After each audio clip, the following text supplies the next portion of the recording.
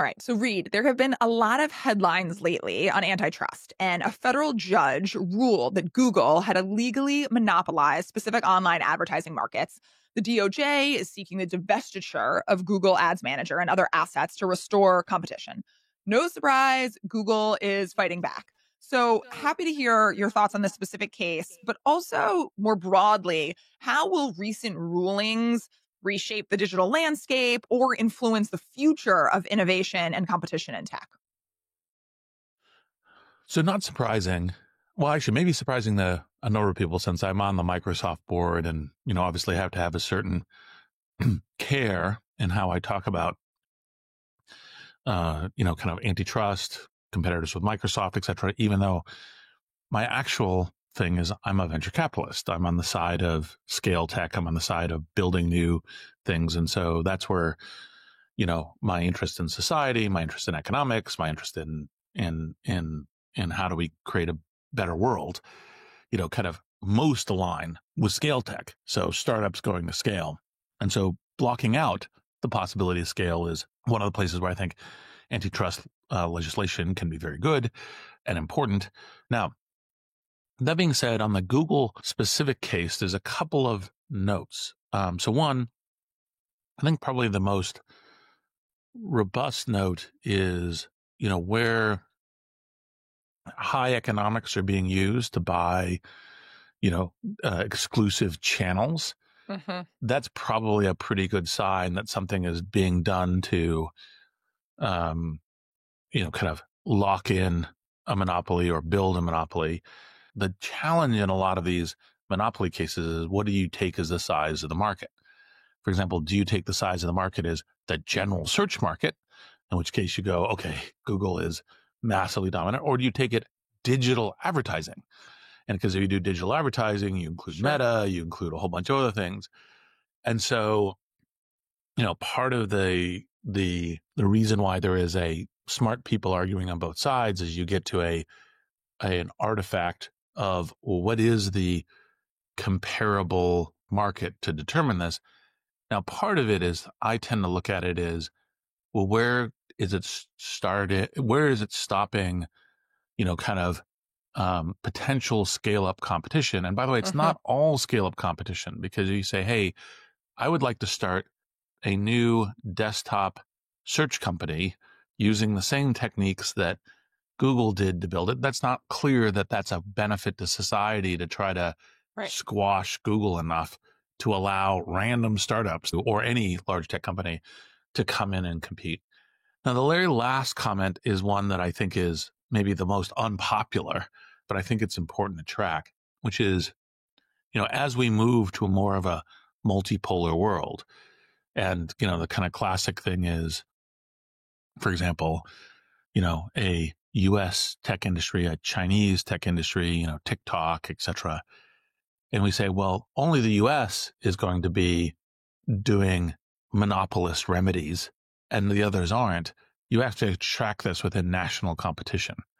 And so part of the question is to say, is this part of a global resorting for, kind of competition? And that's actually, in fact, extremely important, because while we definitely want, the next generation of companies coming out of, Silicon Valley, where here I am right now, kind of talking about this. But on the other hand, of course, if you say, well, the scale ones that have the scale benefit, we're limiting ours, but we're not limiting China's, we're not limiting other prospective ones, that could be damaging, not just to obviously American industry and American prosperity and American society, but also, of course, damaging in terms of the balancing of the world. So you have to also pay attention to that. And I think one of the things that is too often not included in the considerations in these cases. Actually, I'll say one other thing, which is there's always some politics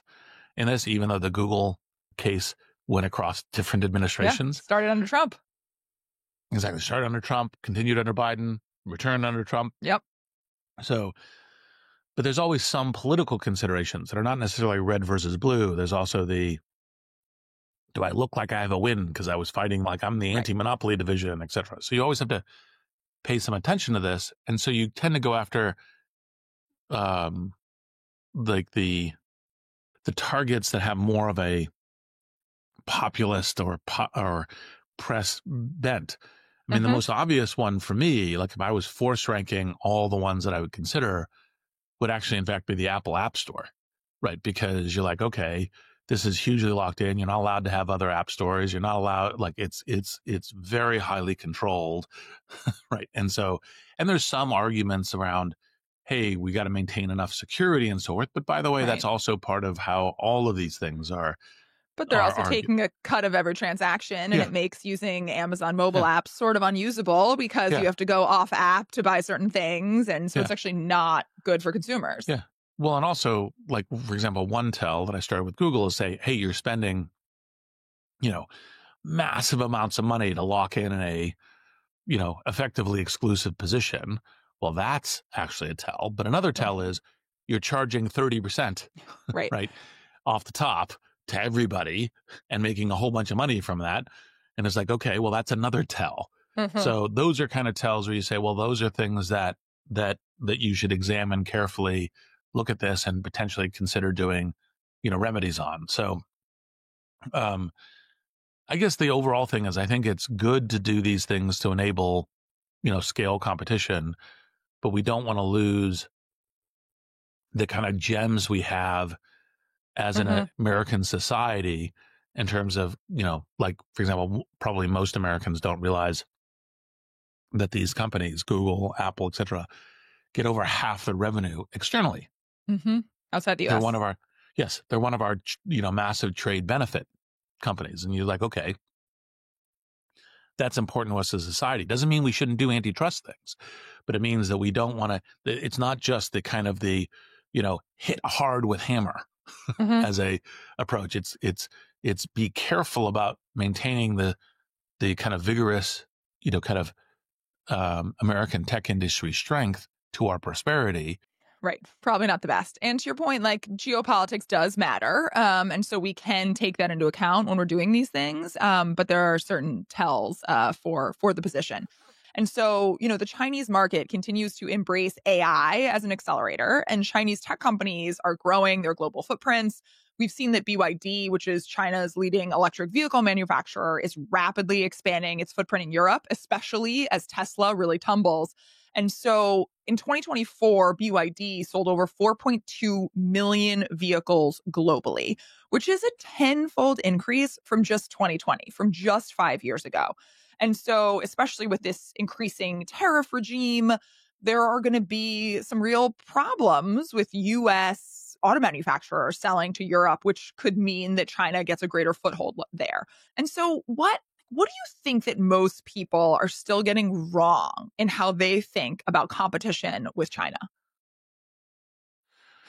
Well, there's a couple things on terms of competition. So, for example, already implicit in what you said, one of the real kind of damaging to American prosperity, American, quality of life, both in purchasing of things and in jobs and everything else is actually, in fact, trade partners matter.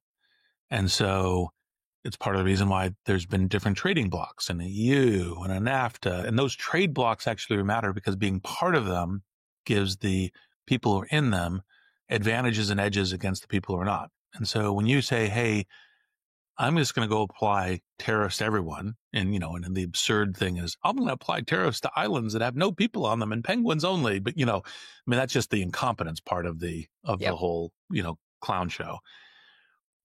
But when you start doing that, you're going, okay, I'm going to kind of declare trade war on everybody. Whereas what you'd want to be doing is saying, hey, I'm getting closer to my partners and allies, and I'm competing with the people that I'm competing with. And so by saying, hey, we're gonna declare trade aggression with Canada, trade aggression with Europe, the natural thing for Canada and Europe to do is say, great, we'll go trade with China. Thank you very much. And your so-called, compete with China policy is literally a gift to China. And by the way, the BYD product is very good. Right. And so, so I think this is something that is,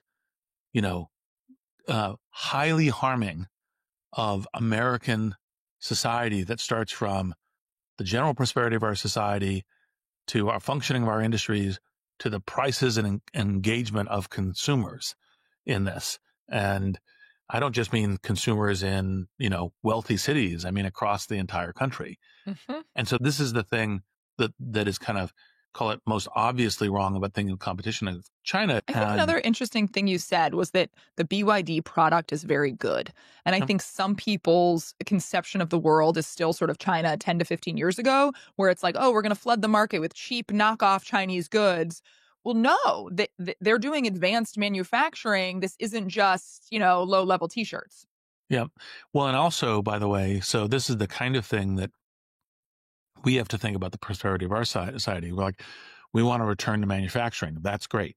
By the way, China, which currently has the best, well, one of the best, in a vector, a massively important scale vector, one of the best manufacturing capabilities, societies, cultures in the world. Like when I go to Shenzhen, or have gone to Shenzhen, I basically is the only place I've gotten the experience where someone coming to Silicon Valley must feel like, holy shit. Like I am seeing part of the future in terms of speed and how people are operating. It's more manufacturing there. And I think that the thing that we don't realize is even though they have this advantage, they are going full on AI, robotics, manufacturing. And by the way, that's what we should be doing too. Those will be the new manufacturing jobs of the future. Will be the ones out of, working in robotic factories. And that's I think really, really key. The Chinese know that even though they have an edge with all their human labor right now, they're building, like BYD specifically is intensely roboticizing its thing, because not only is it going to have a high quality product, it's going to be able to produce it at half the cost of, any other competitor. That reduction of cost is not because of, we're going to claim that it's unfair competitive practices, but it's actually, in fact, well, we're just smarter about how we build it. So switching gears a little bit to what I'll call the cost of being polite to AI. So OpenAI CEO Sam Altman recently admitted that the addition of words and phrases like please and thank you in users' interactions with ChatGPT come at a real cost. He tweeted that these pleasantries contribute to tens of millions of dollars in electricity costs for OpenAI each year. And there's one thing about the dollar costs, but a lot of people are really concerned about the environmental implications in particular. And so Altman said that expenditures like this, tens of millions of dollars, well spent. You just sort of never know. So question for you, do you think it matters, philosophically, how polite we are when we communicate with AI? Well, yes, but maybe not for the reasons that people might reflexively think, which is more about when we're interacting with AI, it also involves us. It also involves how we behave and how we behave with ourselves, with other people, not just with devices. It's actually one of the things I was always worried about, how the initial Alexa home applications were creating bad training for children or even adults who are not paying attention, like stop, or Aria, stop question. Oh, now Aria, do this. It's like, what? That's not the way we should be interacting with each other. It's not the way we should be thinking about it. We should be kind of generally more civil. Politeness is actually, in fact, I think a good thing, and that's worth it, let alone the question around, what outputs do we get? Because by the way, people who are deep studies of the prompting, part of, why I, released the earlier book Impromptu, people who are deep studies this, notice they actually get different responses from please and thank you and so forth, because in part, this is generalized from 1 trillion plus words of human communication. And in your prompting, when you say please or not, you're telling it a little bit about what kind of interaction you want from it, you're having from it, etc. And so actually, in fact, it's actually a useful part of the prompt too. Now, I think part of what Sam's talking about here is if you go, well, it was such a great conversation. Thank you so much. And I really appreciated it. And you're not actually building to something else, then that's good for you, as per my earlier comments. Yeah. But it's And I think it's a good pattern to be in. But on the other hand, you're not getting anything out of it. And the electricity is being spent. It's like leaving the light on for an hour. Totally. Because maybe you're going to walk into the room.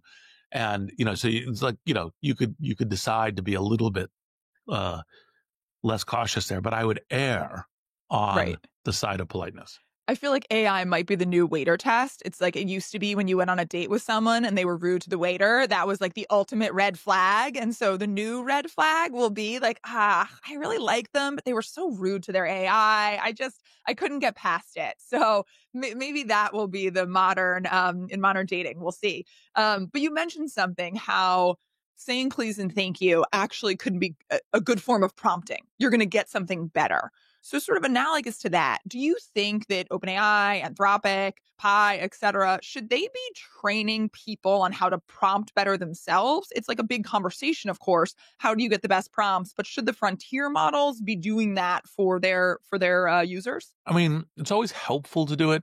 I do think it's one of the things about learning how to prompt well is, I think, really key. I do think it's really critical for people to be learning how to do this prompting in good ways, because part of the whole AI amplifying humanity, the amplification intelligence, is the theory that we can actually, in fact, by us bringing something fun and interesting and unique and perspective and creativity and, kind of adapting to using these tools at the table, that actually, in fact, we are much stronger together than being replaced in the work.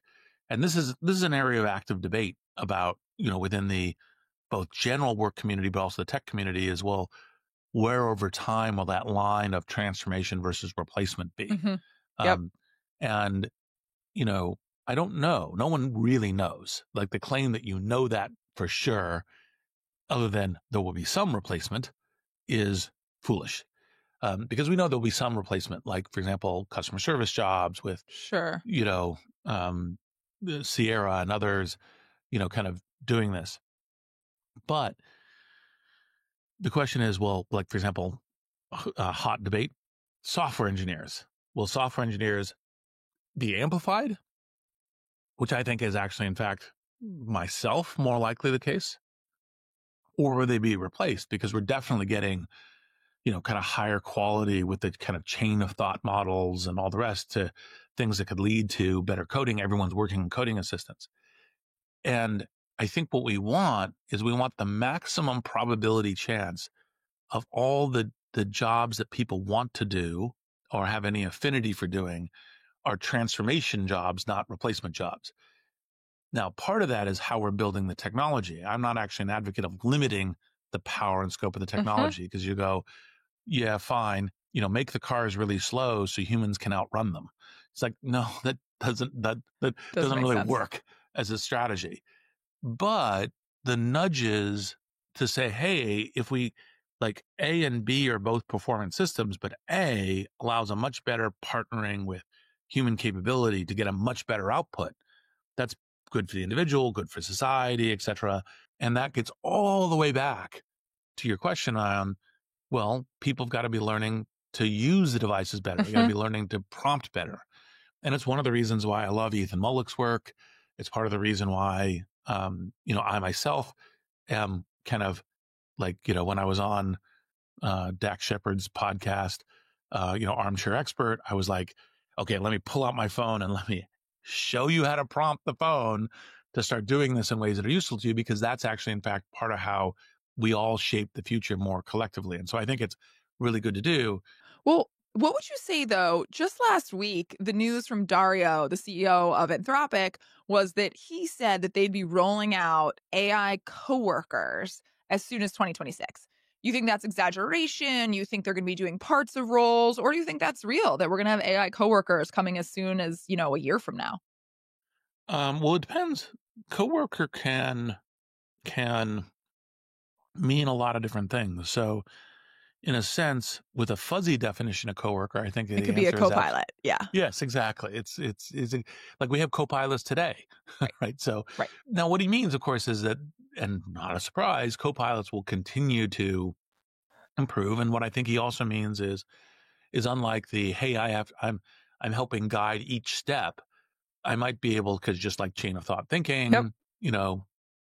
With the O1 models and others, is I send it out on a task, like a set of work, and it comes back with all the work done, right? Like it guided through it, changes plans some, et cetera, et cetera. And that's obviously what we see being developed already. Now, but again, you say, well, that's a coworker that's more robust than the current co-pilots, but it's also not a coworker in that hey, Aria, I've got this really cool project. Hey, I'll talk to you in 2 or 3 weeks about it. Right. And you're off doing, assembling the resources, doing all this stuff. So it's like this is a whole continuum. So will we be advancing the continuum? Guaranteed. Absolutely. Now, one of the things this gets to is there's a lot of dispute around, like, part of what AGI kind of means intuitively is it a capable independent agent in the way that a human being is a capable independent agent? It has context awareness, can change its goal sets, can remake plans and triage based on new data, can defend itself about why. It's like, well, no, I asked you to work on this book thing and you came back with this really interesting art project. Like, why is that? It's like, well, no, but this is the reason when we were talking about like what we were trying to accomplish, this suddenly turned into the really interesting thing. I changed my mind. I didn't just listen to you. Yes. I based on my own goals and what I know about what's going on. Right. You have some agency. Yeah. Yes. And so the question is where are we heading towards that? And the answer is more, but how much more? And I tend to think that these is kind of two theories of kind of what is the next, call it 5, 10, 20 years of agents look like. And 20 is impossibly long in these things. Most people are trying to talk 2 years. But it's like, well, is it a progressing set of savants where it does amazing, amazing things? But part of the reason why you stay close to it is because occasionally it fucks up in like stunning ways that literally, like if a human did it, you'd be like, what were you thinking? Right. Like, were you literally on drugs?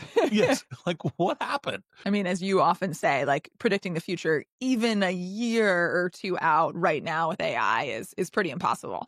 Which, by the way, just for everyone else, because you know this too, a lot of people's natural response is to go, oh shit, you can't predict a year out. That's terrifying. Hence all the super agency, doomer, gloomer. But actually, in fact, it's super interesting and we can help shape it. That's what's great. I do, navigate risk concern, but it's exciting as well. Mm-hmm. Absolutely. Possible is produced by Wonder Media Network. It's hosted by Aria Finger and me, Reid Hoffman. Our showrunner is Sean Young. Possible is produced by Katie Sanders, Edie Allard, Sarah Schleid, Vanessa Handy, Aaliyah Yates, Paloma Moreno Jimenez, and Malia Agudelo.